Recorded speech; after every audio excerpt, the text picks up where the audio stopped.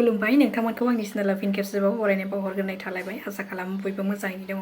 नोंथांमोननि थाखाय आं गोदान मोनसे खौरां लानानै नुजाथिफैलायबाय आसा खालामो नोंथांमोना खौरांखौ नायनानै मोजां मोनो मोन्नैबो राजखान्थि हान्जानि गेजेराव खौसे जानायनि मुङाव राजखान्थि खालामबाय थायोब्ला हारिया खहा जागोन बे खोथाखौ बुंदों बिटिआरनि सिएम प्रमद बर' बिथाङा फोरमायथिदों दि खौसेथिखौ रावबो लुबैयै गैया बर' माहारिनि खौसेथिनि थाखाय माब्लाबा दुलाराय बर' फरायसा आफाद आरो माब्लाबा बर' थुनलाइ आफाद आरो माहारि आफादफोरा जयै बाहागो लानानै बेनि सायाव सावरायबोदों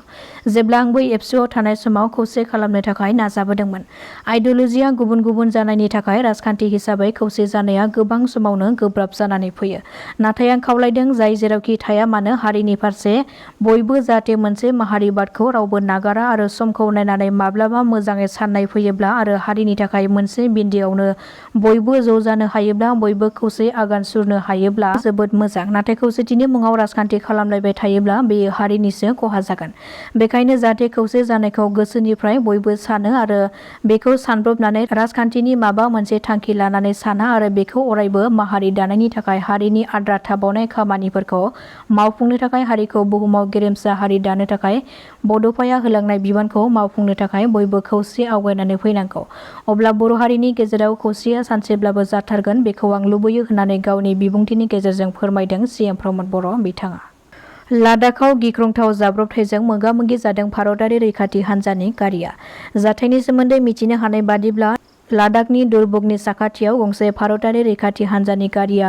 हाजोनिफ्राय गेदेर अन्थाइया गोग्लैसिननायनि जाहोनाव गारिया गाज्रि रोखोमै बायख्रेबनायजों लोगोसे सानै जवाना जिउ खहा जायो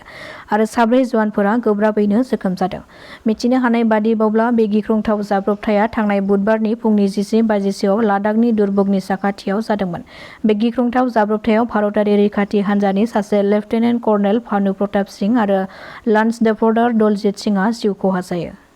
दुलाराय बर' फरायसा आफादा मैया जोहोलाव सोमला बसुमतारीनि 29थि थैनाय सानखौ गाजा गोमजायै फालिदों गुबुन गुबुन बोसोराव फालिबोनाय बादिनो मैयानि सानावबो उदखारि बेरेखा सानखौ चिरां जिल्ला बासुगावनि गयबारियाव थानाय जोहोलाव सोमला बसुमतारी पार्कआव फालिनाय जायो हाबाफारि बादि फुंबिलि आर'जखौ जागायनानै एबसुनि गोथार फिरफिलाखौ ससे बिरहोयो एबसुनि आफादगिरि दिपेन बर' बिथाङा बे जानानै थांनाय हाबाफारियाव बिटिआरनि सिएम प्रमद बर' उरखावगोरा ब्रह्म लरेन्स इस्लारि आरो गोबां बर' आफादनि दैदेनगिरिफोराबो बे हाबाफारियाव बाहागो लानायखौ नुनो मोननाय जादों बे हाबाफारियाव बाहागो लानायजों लोगोसे जोहोलाव सोमला बसुमतारीनि मांखरसालिखौ साबसिन हामसिन खालामनो थाखाय बिटिआर सोरखारा 2.5 कौटि रां होनो थाखाय फोसावदों प्रमद बर'आ काछार पुलिसनि मोनसे गेदेर जाफुंसारनाय सासे सानै नङा गासै सा 30 सिखावनि दोलोफोरखौ खानो हादों काछार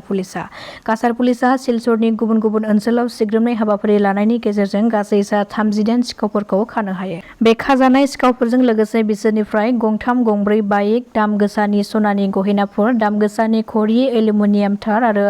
गोबां बायदि बायदि खावनाय मुवा बेसादफोरखौबो बोखांनो हाबावदों सुलुंनिफ्राय मिथिनो हानाय बादिब्ला हमजानाय सिखावफोरनि मादाव साब्रैसोआ ड्राग्स एडिक्टेड आरो बिसोरो काछार ओनसोलनि गुबुन गुबुन जायगायाव सिखाव खावनानै मोनसे गिख्रंथाव थासारि खालामनानै ओनसोलनि सुबुंफोरखौ गिखांहोदोंमोन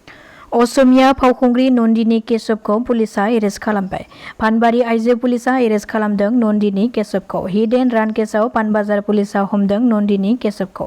रिपर्टनि बादिब्ला नन्दिनी केशवआ 10 बोसोरसिमहालागै जोबथेसालिनि साजा मोननो हागौ बिएनएसनि धारा 105 सिङाव एरेस्ट खालामदों नन्दिनी केशवखौ मख'नो गोनांदि थांनाय मंगलबारनि हराव सराइघाट दालां साखाथियाव नन्दिनी केशवखौ हमनाय जादोंमोन बेनि उनाव मैया फुंनि समाव एरेस्ट खालामदों पुलिसआ मिथिनो हानाय बादिब्ला नन्दिनी केशवखौ गिबियाव देहा फाहामसालियाव थिसनो आरो बेनि उनाव बिजिरसालियाव थिसननाय जायो सुलुंनिफ्राय मिथिनो हानाय बादिब्ला बे गिख्रंथाव लामा जाब्रबथाया सोराङाव फैनायनि उनावनो राजधानी थियेटाराबो नन्दिनी केशवनि गोरोबथा खालामनायखौ सिफायबाय 2 बोसोरनि थाखाय राजधानी थियेटारखौ गोरोबथा खालामदोंमोन नन्दिनी केशवआ नन्दिनी केशवनि गारिजों सौजानाय लाइमोना हर गेजेराव देहा फाहामसालियाव जिउ गोमायो थांनाय शुक्रबारनि फुंबिलि समाव बे गिख्रंथाव जाब्रबथाया जादोंमोन गुवाहाटी सोहोरनि दक्षिणगावआव जोबोर गोख्रैथिजों फैबाय थानाय नन्दिनीनि बोलेरो गारिया नलबारिनि सामिउल हकखौ सौख्लायनानै खारलांदोंमोन जेराव सौख्लायजानाय सामिउल हकखौ जेबो मदद खालामाबालानो नन्दिनी केशवआ खारलांदोंमोन नाथाय जाब्रबथाय जानाय सीसीटीवी फुटेजखौ नुनायजों लोगोसे गावनि मुङा समाजारि बिजोङाव गोसारनायनि उनावसो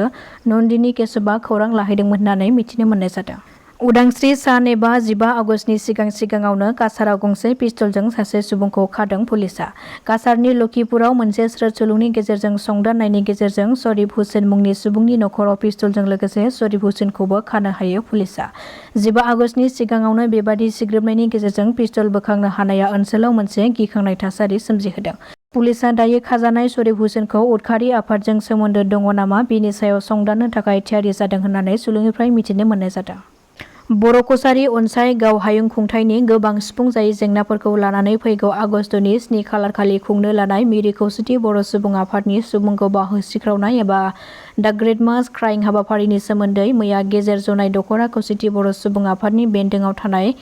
बग्रिसाप्रि गामिनि एमपि गेजेरारि फरायसालि आरो जामुगुरि गामिनि बादुला तिनिआलिनि जिरायसालियाव धेमाजि जिल्ला खौसेथि बर' सुबुं आफादनि बानजायनायाव रायजो राजाफोरजों गुवारै मोगा-मोगि सावरायलायनाय जायो। बे हाबाफारियावनो बर' कछारी अनसाय गाव हायुं खुंथायनि गाहाय मावफुं सोद्रोमा मिहिनेश्वर बसुमतारी आरो खौसेथि बर' सुबुं आफादनि आफादगिरि मनरन्जन बसुमतारी बिथांमोना बाहागो लानानै फैगौ आगस्टनि 7 खालारखालि खुंनो गोनां सुबुंखौमा होसिख्रावनाय हाबाफारिनि सोमोन्दै गुवारै बुंथिनायजों लोगोसे हाबाफारियाव गासैबो दैदेनगिरिजों लोगोसे रायजो राजाफोरखौ बाहागो लानो थाखाय खावलायहरदों। काछारनि सनायाव सासे सुबुंनि जिउ खहा जाथायनि सोमोन्दै मिथिनो हानाय बादिब्ला मिथुन दासआ मोनानि समाव बाजार खालामनानै न'फारसे फैबाय थानाय समावनो हरखाब दैमानि सायाव थानाय औवानि दालांनिफ्राय फिस्लायना गोग्लैलांनानै दैमायाव गोग्लैनानै अबथिरायै जिउ खहा जायो। जाथाय जानायनि उनाव गोबाव समनि उनावसो दैनिफ्राय नागिरनानै मिथुन दासनि गोथै देहाखौ दैमानिफ्राय बोखांनो हायो। बेनि उनाव मिथुन दासनि गोथै देहाखौ पस्टमर्टेम खालामनो थाखाय सिलचर मेडिकेलाव दैथायहरनाय जायो। दासिमनि खौराङा एसेनोसै। नोंथांमोना खौरांखौ नायनानै मोजां मोनदोंब्ला चेनेलखौ साबस्क्राइब खालामनानै लानो हागोन। गोजोन्थों।